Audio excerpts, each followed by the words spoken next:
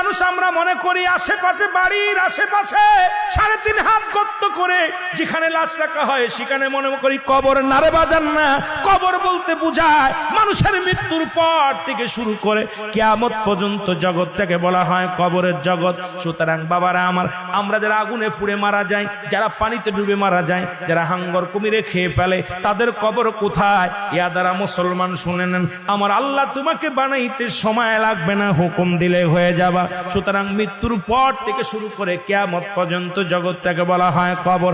এই কবরে যেদিন শোয়া দিবে, 1 নম্বরে আসবে একজন ফেরেশতা, তার নাম হলো নোমান ফেরেশতা। মুসলমান শুনে নেন, আমরা জানি কবরে শোয়ানো পর মুনকার নেকির আসবে। এই ভাইরা আমার, মুনকার নেকির আসার আগে নোমান ফেরেশতা আসবে, কবরে ঢুকে যাবে। সব মুসলমান ডাকতে বলবে, ভাই ওঠো, তোমার ভিতরে রূহটা দেয়া হলো। আজরাইল সাল্লাম রূহটা বাইর করেছে, আমার আল্লাহ তোমাকে জানটা দিয়েছিল, এটা কবজ করেছে। এখন আমি তোমার দুজন কেরামন কাতিবিন, দুপাশে দুজন ফেরেশতা ছিল, তারা তোমার আমলনামাটা লিখে রাখছে, ভালো মন্দ সব লিখে রাখছে। এখন তোমার হিসাব হবে, 2টা কাগজ থাকবে নোমান ফেরেশতার হাতের মধ্যে, একটা হলো নেকির কাগজ, একটা হলো বদির কাগজ। এইবার হাতের মধ্যে দিবে, ভাইরে তুমি লেখো, এই তোমার আমলনামাটা লেখো। বলবে আমি লিখবো কেমনে, আমার কাছে তো কোনো কলম নাই। ডাকতে বলে, বান্দারে তোমার কলম হলো ডান হাতের শাহাদাত আঙ্গুল মোবারক। এই মুসলমান এই আঙ্গুলটার বড় দাম। এরে আমরা হলে সুন্নাতুল জামাতের যারা মুসলমান আশিকেরা, শোনো, এই আঙ্গুলের মাথায় সুন জড়ায়ও না। এই আঙ্গুল দিয়ে আমার নবী চন্ডকে দিয়ে খণ্ডিত করেছে।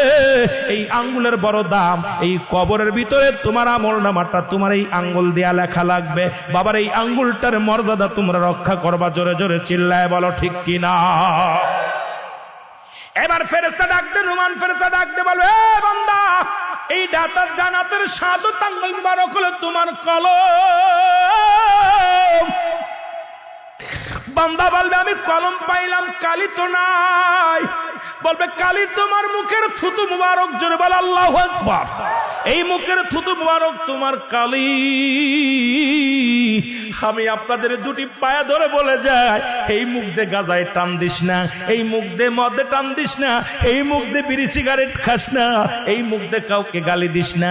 এই মুখটারে পবিত্র রাখ। মায়ের গর্ভে যখন ছিলাম, মায়ের নাভির সঙ্গে তোমার নাভিটা জুড়াইয়া দিছে, কারণ এই মুখ দিয়ে আমার নবীর দুরূদ পড়বা, এই মুখ দিয়ে কোরআন পড়বা, এই মুখ দিয়ে আল্লাহর জিকির করবা।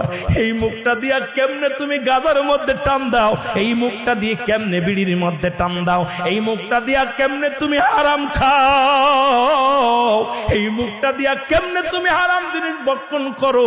আমি তোমাদের 2টি পায়ে ধরে বলে যাই রে মুসলমান, আজ থেকে মুখটা পবিত্র রাখো গো।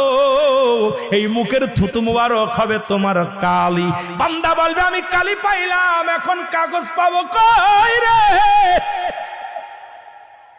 3 টুকরা কাপড়ের কাপড় দেয়া হবে। কাপড়ের কাপড় 1 টুকরা টান দিয়ে খুলে নিয়ে বল, বান্দা এই লেখো। বান্দা সেকেন্ডের মধ্যে লেখা হয়ে যাবে তার আমলনামা।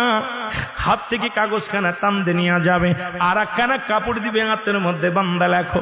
এবার দেখবে 80 বছরের জিন্দেগি, কোথায় তুমি সিনেমা দেখছো, কোথায় তুমি অন্যায় করেছো, কোথায় তুমি জিনা করেছো, কোথায় তুমি ব্যভিচার করেছো, কোথায় তুমি মদের প্যান্ডেলে, জুয়ার প্যান্ডেলে ছিলারে বান্দা। এবার দেইকা বলবে বান্দা, ডাক দে বল, ফেরেশতারা রে, আমি এত বড় অন্যায় করি না। ফেরেশতা টান দিবে ক্যামেরা, এরকম মুসলমান শোনো, এই ভিডিও প্যালেস কোন মাসে, কোন তারিখে, কোন বছরে, কত সময়, কত টাইম, কত মিনিট, কত সেকেন্ড, তোমার অন্যায়টা ভিডিও সামনে হাজির হয়ে যাবে। বান্দা পলানোর মতো ক্ষমতা থাকবে না। বান্দারে ডান দিকের মাটিগুলো বাম দিকে চাপ দিবে, বাম দিকের মাটিগুলো ডান দিকে চাপ দিবে। এই ডান পাশের হাড্ডিগুলো বাম দিকে চলে যাবে, বাম দিকের হাড্ডিগুলো ডান দিকে চলে যাবে।